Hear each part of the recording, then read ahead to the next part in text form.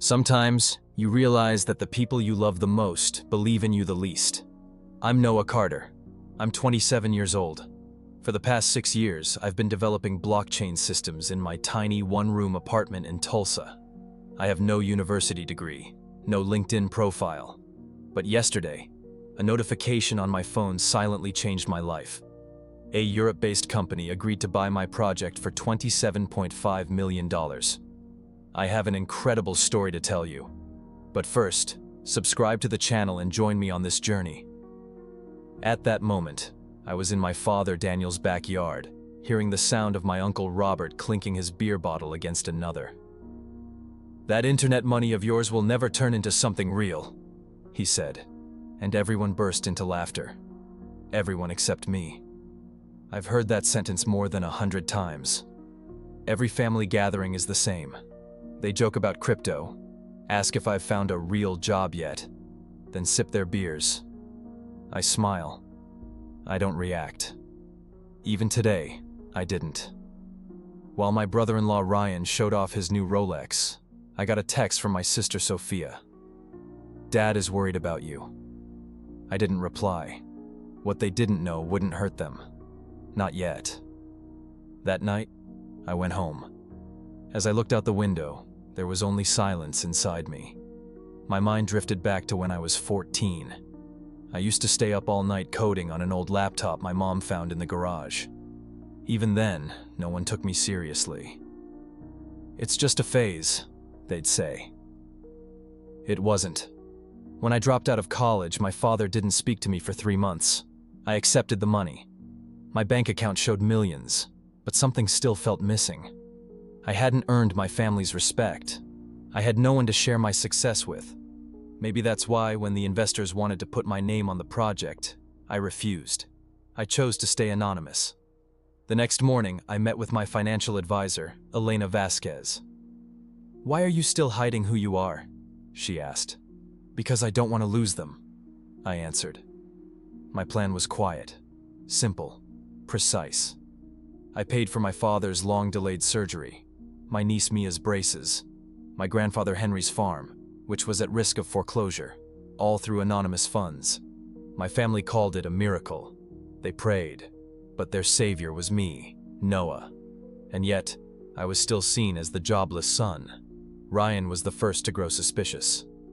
"Don't you think it's strange that all these things are happening at once?" he asked one day. I avoided eye contact. They weren't ready for the truth yet. But then, at dinner that night, my father's voice rose. "Maybe we judge technology too quickly. Could you explain it to us?" In that moment, I knew it was time. I remained calm. I didn't show any emotions. For the first time, I explained blockchain, the codes, the systems, how trust transforms into cryptography. Then I fell silent. They listened. The next day, a message from Sophia. $27.5 million? We made a plan together. We would prepare the family. And I didn't just stay silent. I waited, patiently. Because sometimes the greatest revenge is simply letting time do its work. If you liked the story, subscribe for more videos. The plan was silent, but its impact was immense. Every month, another wound was healed. Each one turning into a quiet reckoning for my family, who had lived for years without believing in me.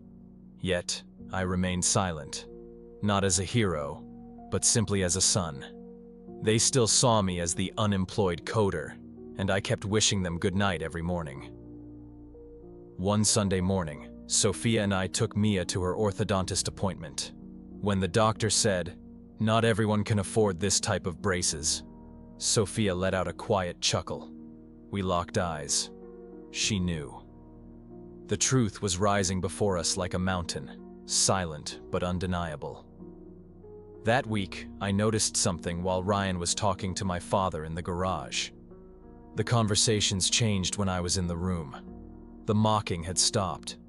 The questions were softer, more careful. Sometimes, silence itself is an apology. One evening, my father, Daniel, was watching Bitcoin news on TV when he murmured, "So this mining thing uses a lot of energy, huh?"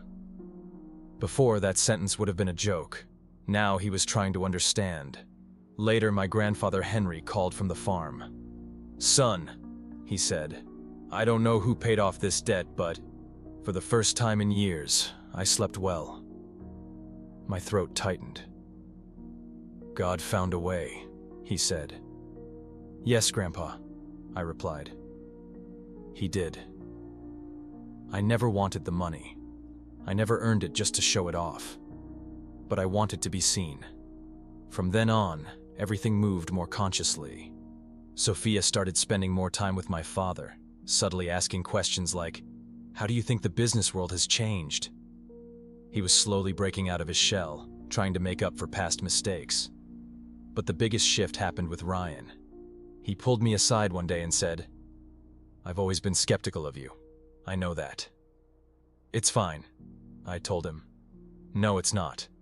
Because while you were saving everyone, we were all still doubting you. And now, I need to ask you something." "Go ahead," I said. "Will you teach me how to code?" I can't even describe that moment, because watching a person's transformation is beyond success itself. He was no longer just the flashy brother-in-law. He was someone who genuinely wanted to grow, and that was worth more to me than any fortune. Sophia and I made a decision. We would reveal the truth at the right time, in the right place, where no one could escape it. That day was Mia's school career day. When the moment arrived, I stood before my family, watching them sit in the tiny elementary school chairs. Behind me, Mia whispered proudly, "My uncle is speaking." I took a deep breath. 6 years ago, I dropped out of college. Back then, everyone laughed at what I was working on. Internet money, they called it. Today, that project sold for $27.5 million. The room went silent, but the real bomb hadn't dropped yet. And that surgery, those braces, that farm debt, the person who secretly paid for all of it, was me. My father, Daniel, sat there stunned. Helen was crying. Ryan nodded slowly, then stood up and started clapping. In that moment, for the first time, I was no longer invisible. And my identity wasn't just in the code. It was finally in their hearts. If you liked this story, subscribe for more. That day in the classroom, I didn't just reveal the truth. I freed myself from years of silence. From that moment on, I was no longer just a secret benefactor. I was a son finally writing the ending to his own story.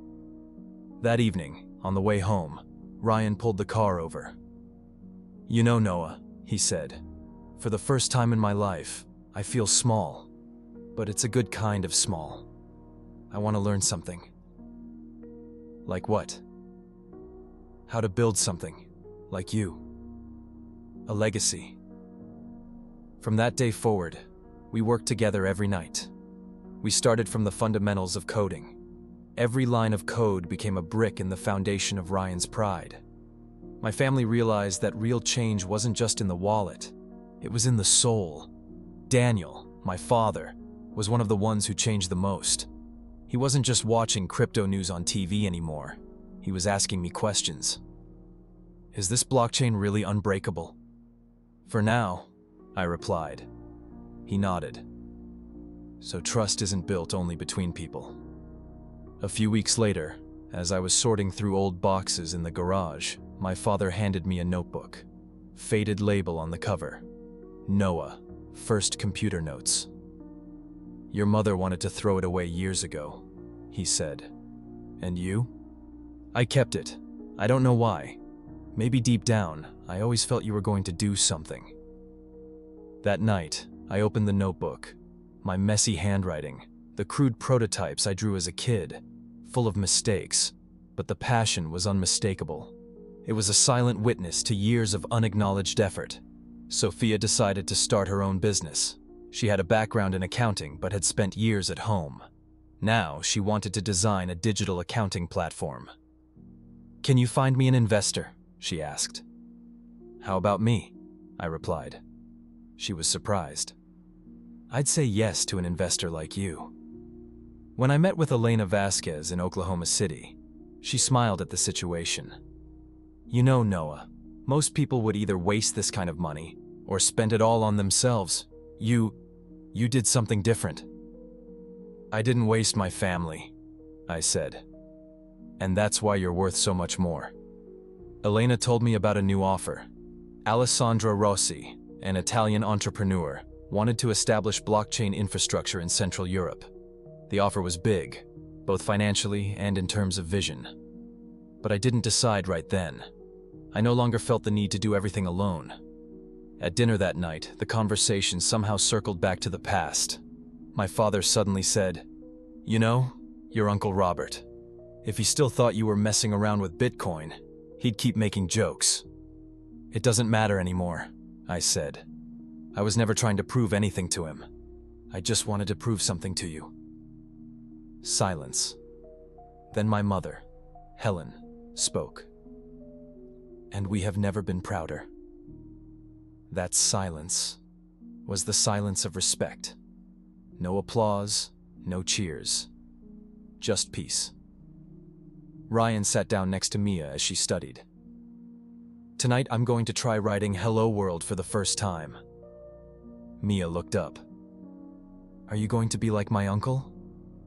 Ryan smiled. "Who knows? Maybe I will." That night, for the first time, I slept peacefully. Because success isn't just about making money. Real success is getting people to believe in you again. If you've made it this far, subscribe to the channel and support me. A year had passed since the sale. The small apartment in Tulsa no longer had computers or piles of code. Instead, Mia's drawings adorned the walls, Sophia's accounting plans lay on the table, and Ryan's first coding experiments filled the corner. This place was no longer just mine. It had become a hub where my family was rewriting their future. Daniel still read the financial section of the newspaper over his morning coffee, and Helen checked her crypto portfolio on her tablet. "Ethereum dropped 3% this morning," she said one day. I smiled. "That's just a ripple on the surface, Mom. The system underneath is still strong." But not everything was this peaceful. One day my phone rang. The moment I saw the name on the screen, my heart sped up. Robert Carter, my uncle. The man who belittled me, mocked me. The one who once said, "Instead of messing with internet money, get a job at a tire shop." I didn't answer. But 2 days later, a black SUV pulled up in front of our house. Robert stepped out. He had aged. He wore glasses now, but he still had that arrogant stance. My father stood at the door. "What are you doing here, Robert?" "I just want to talk," he said. "With my nephew." We sat in the yard. The silence stretched. Finally, he spoke. "I need an investor." "Are you asking me?" "I was wrong about you. But the world has changed, and so have I." I looked into his eyes. Maybe he wasn't lying, but he wasn't remorseful either. "You haven't changed. The wind just shifted. You've become tough," he said. "And you were ruthless. Balance." As he walked away, my father called after him. "You don't have a son, Robert, but I do." And he led us, not with the lessons you preached for years, but with his own truths. My uncle didn't respond. He got in his car and drove away. In that moment, a weight I had carried for years lifted off my shoulders. The need for approval, the desire for revenge, the urge to prove myself. They all left with him through that door. Weeks later, Alessandro Rossi from Vertex Capital called again. "Noah, we're expanding our plans. After Europe, we want to establish operations in Southeast Asia. Do you think you could be a leader there?" I took a deep breath. "I could, but on one condition." "I'm listening." "This time, I'm not doing it alone. I want to include my family. Ryan in digital education, Sophia in accounting algorithms, and Mia in a mentorship program." After a short pause, she smiled. "You're not building a business. You're building a legacy." That night, we sat together for dinner as a family. Daniel raised his glass. In this house, we don't just talk about the past anymore. The future is at this table too. Ryan, Mia, and Sophia each shared their dreams. Mia wanted to attend a summer writing camp. Sophia planned to expand her platform, and Ryan wanted to keep coding. Then it was my turn. I'm just grateful to no longer be the kid who stayed silent, I said. And now, success isn't just a bank balance. It's in every smile at this table. I stepped into the backyard. With a warm coffee cup in hand, I watched the sunset. Same land, same city. But I was different now. My phone rang again. Another unknown number. This time I answered. Hello, Mr. Carter. We've reviewed your blockchain expansion project in Shanghai. We'd like to discuss a partnership. I paused. We can talk, but first, Mia has a presentation. I'll get back to you after that. Because now, I had no fear of missing out on the world. No anxiety about being invisible. I was no longer just successful. I was seen. And that was worth more than millions. Your support means the world. Don't forget to subscribe so we can grow together.